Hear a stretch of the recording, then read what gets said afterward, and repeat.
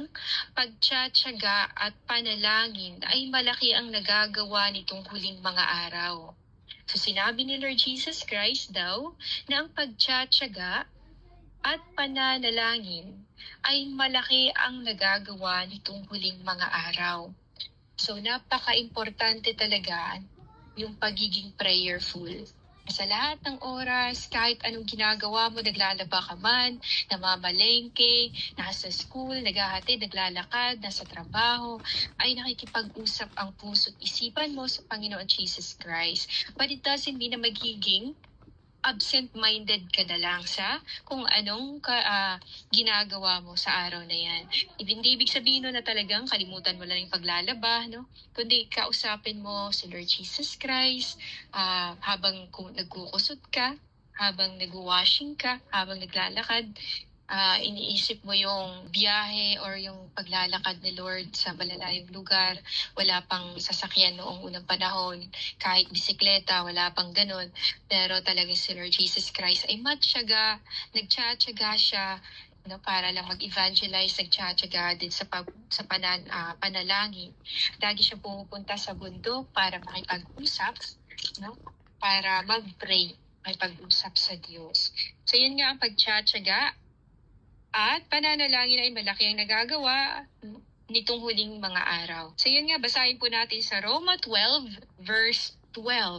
Magalak kayo dahil sa inyong pag-asa. Magtiyaga kayo sa inyong kapighatian at palaging manalangin. Kahit pa pagod ka na, may times sa parang gusto mo na lang humiga agad, no? Gusto mo lang matulog agad. Yan, pinapatulog tayo ng pagod ng flesh natin. Pero sabi nga ng Lord, ang ating spirito ay laging handa, pero ang ating katawan naman ay laging pagod, palaging tinatamad. Kaya yun yung gusto ni Lord Jesus Christ, na kahit pa ay sobrang antok ka na, you make time to pray for the Lord Jesus Christ. At kahit masakit man ang katawan, make time to pray. Kasi diyan sa pagkikipag-usap kay Lord Jesus Christ, nangyayari ang healing power. Na nag-e-execute yung healing power, you never know. Kapag nag-pray na, nag-e-execute na ang kapangyarihan ng Panginoon Jesus Christ. So magalak po tayo dahil yung mga nakikita nating signs, ibig sabihin ay pabalik na at kukunin na tayo ni Lord Jesus Christ at hindi na yung magtatagal. Kaya yung mga nangyayari, mga sakuna, ikinalulungkot man natin, pero hindi tayo yung tipong magpanik or matatakot. Kasi one of the signs po yan sa pagbabalik ni Lord Jesus Christ na hindi na siya magtatagal. Kaya basahin po natin dito sa mga awit 37 verse 7. Sa harap ni Yahweh ay pumanatag ka, maging matyagang maghintay sa Kanya. So, ibig sabihin kasi nga, we have the Holy Spirit of God, no? May a peace of spirit tayo kay Lord Jesus Christ, at binibigyan tayo ng peace of mind ni Lord despite sa mga nangyayari sa ating paligid o sa mga persecution na ginagawa ng ating pamilya. Nakakatawa pa din tayo, no? Na sa kahit sa mga kabila ng mga nangyayari sa buhay natin, binibigyan pa rin tayo ni Lord Jesus Christ ng joy sa ating puso. At hindi yun maibibigay ng mundo. Katulad na lang din ng peace of mind. So, matyagang maghintay sa Kanya. Yun nga po, especially nitong huling mga araw, nakikita natin mga signs sa langit na nagkakaroon na ng wildfire sa Korea, sa Amerika, at yun nga, bago lang may lindol sa Myanmar, pati na din sa Thailand. At may speculation or may parang warning din mula sa PHIVOLCS dito sa Pilipinas na may mangyayari daw the big one. Pero ang nilagay doon ay 7.2 magnitude. So akala ko talaga 9 magnitude yun kasi the big one eh. So yun nga, gusto ni Lord Jesus Christ, matyaga po tayo at huwag mong kaiinggitan ang gumiginhawa sa likong paraan. So, minsan napapaisip tayo, bakit kayo yung pangit ang ugali? Sila pa yung nag-prosper, sila pa binibless pa yung yung business nila or ginagawa nila, bakit kaya gano'n? So, wag daw tayong mainggit sa kanila. Kasi nga, ang buhay ng tao ay para lamang damo na kapag binunot na ito sa lupa ay lanta agad. So huwag kang mapupuot, hindi mababalisay ang pagkagalit, iwasan mo sana. So sabi dito ni Lord sa verse 8, ulitin ko, huwag kang mapupuot, ni mababalisa. Huwag kang mabagabag, magpanik o mag-isip ng kahit na ano. Be still ka lang. No? Tanggapin mo lang yung peace of mind na yun nagbigay ni Lord Jesus Christ mula sa kanyang puso. Iwasan mo sana daw ang pagkagalit. So, yun nga, pinag-usapan natin yung pagkagalit na may dalawang klase ng galit. Righteous anger at yung isa naman ay yung unrighteous anger, na magkakasala ka kapag nagalit ka ng sobra, na pumapatay na, tapos na lumalabas ng hindi maganda na mga salita. So, walang kabutihang makakamtan ka. Yun nga, wala daw magandang maidudulot daw ang galit at pagkainggit kasi nga nagsisimula sa ganung bagay tapos manganganak pa ng ibang kasalanan hanggang sa ikakamatay na ng tao. So, ang pag nagtitiwala kay Yahweh, mabubuhay, ligtas sa lupain at doon tatahan. So, kahit paanong ginagawa ng ating kaaway sa atin, no? Kahit sinisigawan ka, minumura ka, but remain at peace. Ibig sabihin, remain humble and meek. No? Wag ka na lang sumabat, hayaan mo na lang siya. So, naalala ko yung sinisigawan ako, tapos minumura ako, pero tumingala ako sa langit, sinabihan ko sa Lord, no, na masakit siyang magsalita. At yun nga, na-hospital yun siya nung kamakailan lang. Pero hindi ako natuwa sa nangyari sa kanya.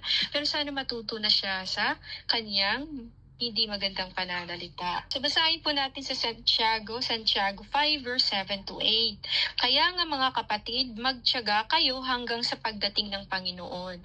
Kasi nakikita na natin ang signs at ang 1,000 years dito sa atin sa lupa ay one day lang yan kay Lord Jesus Christ. Kaya madami talagang preachers, no, especially yung mga anointed na sasabihan ka na maganda dahil darating na si Lord Jesus Christ. Tapos mga pilosopo sasabihan, ay palagi naman sinasabi na darating na siya pero hindi naman nangyayari. Pero hindi nila alam na ang 1,000 years, 1,000 natin dito sa lupa, ay one day lang yan doon sa langit. One day lang yan kay Jesus Christ, Lord Yeshua HaMashiach. Kaya nga, ang mga tao talaga ay limitado din dahil limitado lang din yung pangunawa, kung paano mag-isip ang tao. Kaya talagang nagkakamali sa pananalita. Comment lang ng comment, hindi nag-iisip. Tingnan ninyo ang magsasaka. Kung tiyaga niyang hinihintay ang mahalagang ani ng kanyang bukirin at inaabangan ang pagdating ng tag-ulan. So, masyadong pasensyosa ang isang magsasaka. Kasi nga, pinaalagaan niya ng mabuti, tapos nilalagyan niya ng pataba, yung iba nga ina-sprayan pa para hindi masira ng insekto. Ganon ka tindi yung pag-alaga o paghihintay din ng yung pasensya ng magsasaka. Dito natin makikita guys na si Lord Jesus Christ, Yeshua HaMashiach, ay talagang binavalue niya lahat ng effort ng tao, especially if ito ay para sa Diyos. Naghihintay ng mahabang panahon or 3 months, isang magsasaka, tapos after niyan, aanihin din niya. Di ba? Naghihintay ka sa pagbabalik ng Panginoon Jesus Christ at ginagawa mo at ginagampanan yung pagiging isang magandang halimbawang Kristiyano sa mundo. And yun nga, we are the light of the world. A city set on a hill cannot be hidden. Tayo yung liwanag sa mundo. At kung tayo ay mawawala na ng liwanag o mawawala na ng asin o lasa, ano pang saysay ng buhay natin? O ano pang saysay ng pagkabuhay natin dito sa lupa? At inaabangan ang pagdating yun nga ang tag-ulan. Dapat din kayong magtiyaga. Tibayan ninyo ang inyong loob sapagkat nalalapit na ang pagdating ng Panginoon. So hindi na po magtatagal si Lord Jesus Christ. So lagi ko naalala ang sinasabi ni Lord na maghanda na. Sinasabi ko, Lord, tinatanong ko siya, Lord, kailan ka po babalik? Tapos, parang anong oras na yun ata, madaling araw na ata yun, na nagtatay pa din ako ng costume. Tapos sumagot si Lord. Yung mga experience natin na mula sa Diyos, gagawing vivid yan ni Lord Jesus Christ, or very clear sa isip mo yan. Paulit-ulit kang nare-remind. Nagsalita siya ng ganong salita. Nagsalita siya ng ganong information. So Lucas 21 verse 19, sa inyong pagtitiis ay maliligtas ninyo ang inyong buhay. So kapag ikaw ay nagtiis, hindi ka nag-give up, hindi mo pinakawalan si Lord Jesus Christ, o hindi mo na-reject si Lord o yung calling ni Lord Jesus Christ, sa huli din ikaw ay maliligtas at makakasama ang Panginoon Jesus Christ. So yun nga, at binibigyan pa tayo ng sign ni Lord sa kanyang pagbabalik. Kapag nakita ninyong napapaligiran na ang mga hukbo ang Jerusalem, tandaan ninyo, malapit na ang pagkawasak nito. So ibig sabihin, binibigyan tayo ng sign ni Lord na kapag hindi na kaya ng Israel nalabanan ng kanyang mga kalaban at napapalibutan ng Jerusalem, then that's the time na biglang darating si Lord Jesus Christ. At bago lang yung may balita na nagpapalipad na naman binombahan na naman ng Yemen, no, ang lugar ng Israel sa Ben Gurion ata, yun, parang gano'n. So binombahan.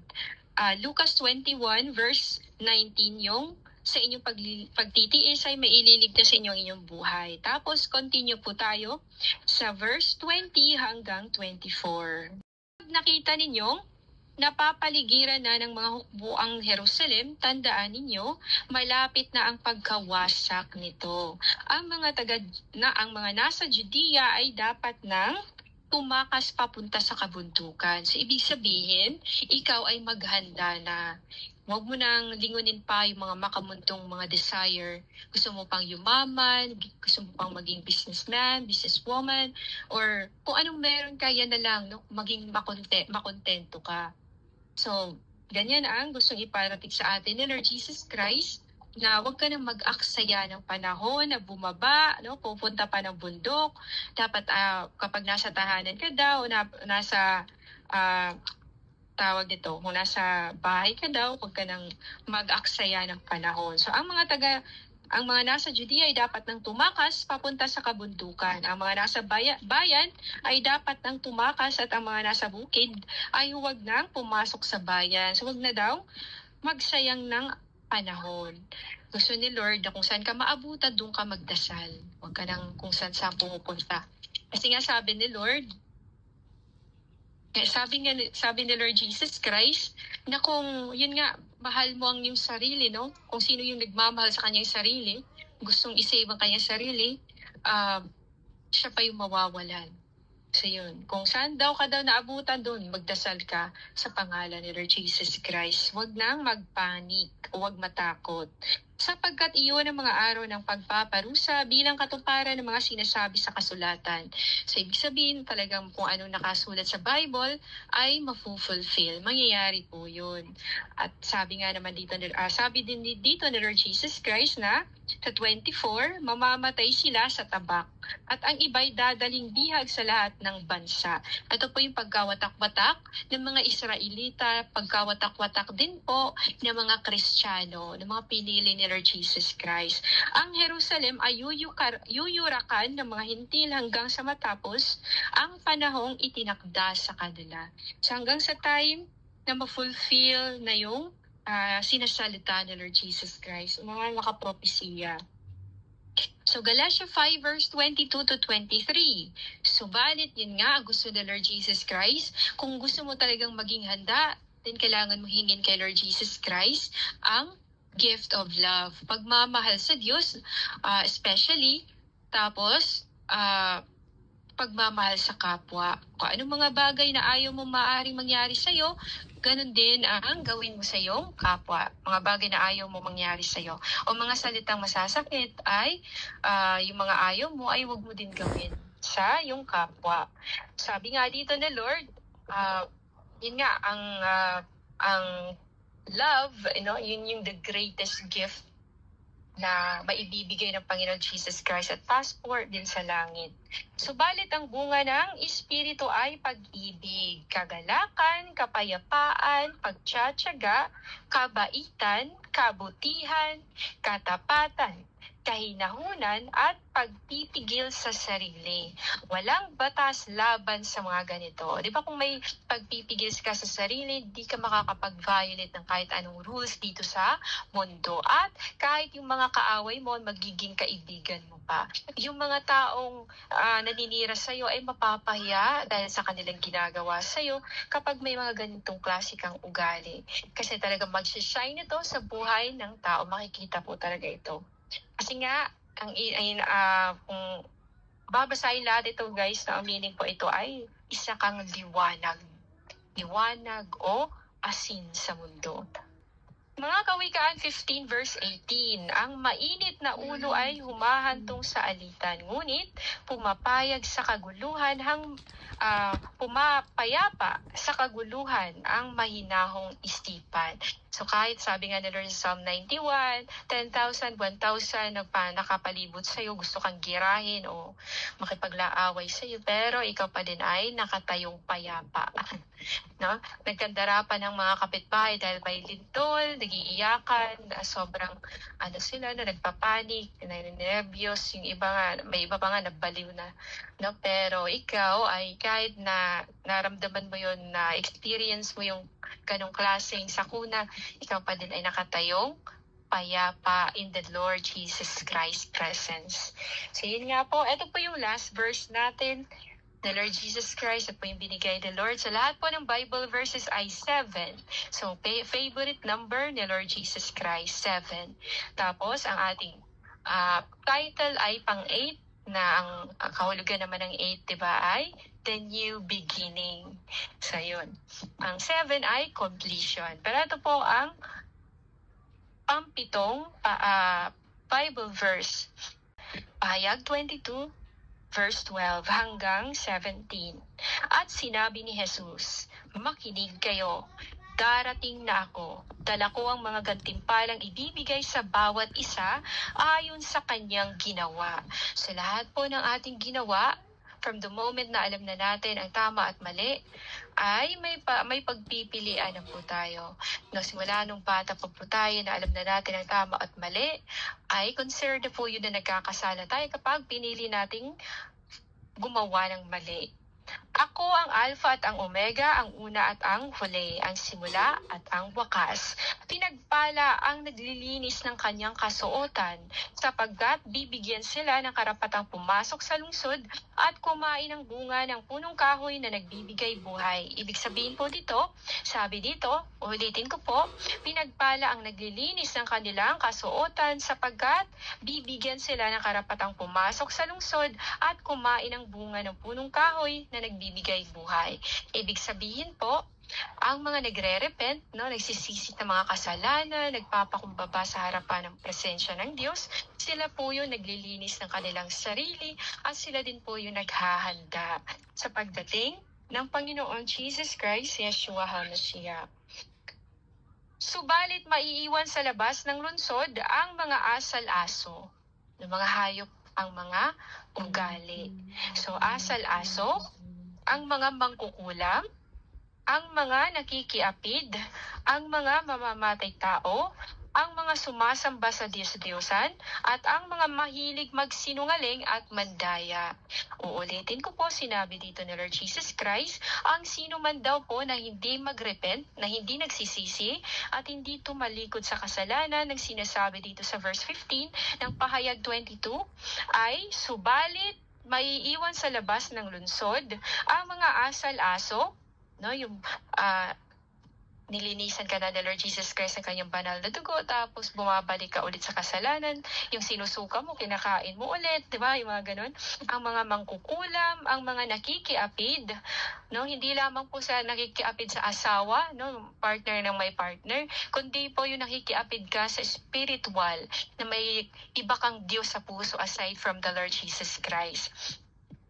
So yun nga, ang mga nakikiapid, ang mga mamamatay tao, ang mga sumasamba sa Diyos-Diyosan. So ito di pong mamamatay tao, kahit hindi mo ginawa ng physical na pagpatay, kung ang iyong isip naman ay pumapatay na, parang gusto kong patayin tao na to, so considered na din po yun na ikaw ay nakakapag-commit ng spiritual spiritual po na murder. Pinapatay mo na ang iyong kapwa. So yun nga po. At ang mga mahilig magsinungaling at mandaya. Akong si Jesus ang nagsugo sa aking anghel upang ang mga bagay na ito ay ipahayag sa inyo na nasa mga iglesia. So hindi po ito iglesia ni Kristo, kundi po ang mga body of Christ po ni Lord Jesus Christ. Mga sumasampalataya ng buong puso. Hindi lamang po sa religion, kundi sa pangalan ng Lord Jesus Christ, Yeshua HaMashiach. At yun nga po, sabi din dito sa Panginoon Jesus Christ, ako ang ugat at supling ni David. Ako ang maningning na bituin sa umaga. Sinasabi ng Espiritu at ng babaeng ikakasal. Hali kayo, lahat ng nakakarinig nito ay magsabi rin. Hali kayo, lumapit ang sino mang nauuhaw, kumuha ang may gusto ng tubig na nagbibigay buhay, ito'y walang bayad. So libre lamang po ang pagtanggap kay Lord Jesus Christ, pagtanggap ng salvation, wala pong bayad. Hindi po kailangan magbayad para lang magpakasal. Sabi nga ng Lord, freely you have received, so freely give. At wala din pong bayad kapag ikaw po ay bautismo. Lahat ng mga bagay niya na spiritual na galing sa spiritual God, galing kay Lord Jesus Christ, kaya gagawin din po na libre at walang bayad. So yun po yung last verse natin sa ating Bible study today at sana po may natutunan tayong lahat.